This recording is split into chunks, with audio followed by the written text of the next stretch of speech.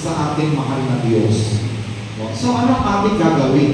Una, ang sabi po dito, begin to conquer your anger.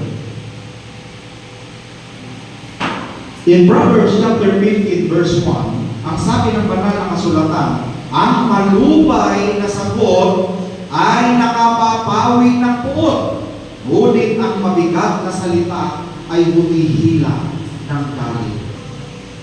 Sa ating kapwa, lalong higit sa ating kapatid sa pananampalataya, habang buhay yung sugat na nasa kanyang puso.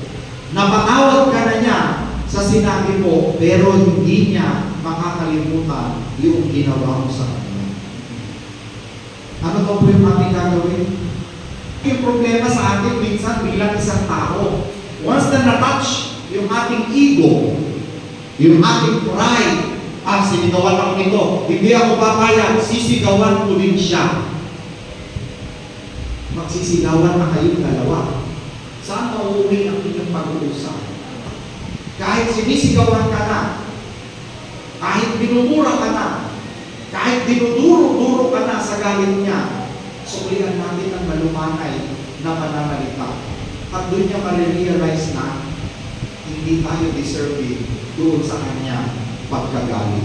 Pangalawa, control our anger. Ang sabi po sa banal na kasulatan, dito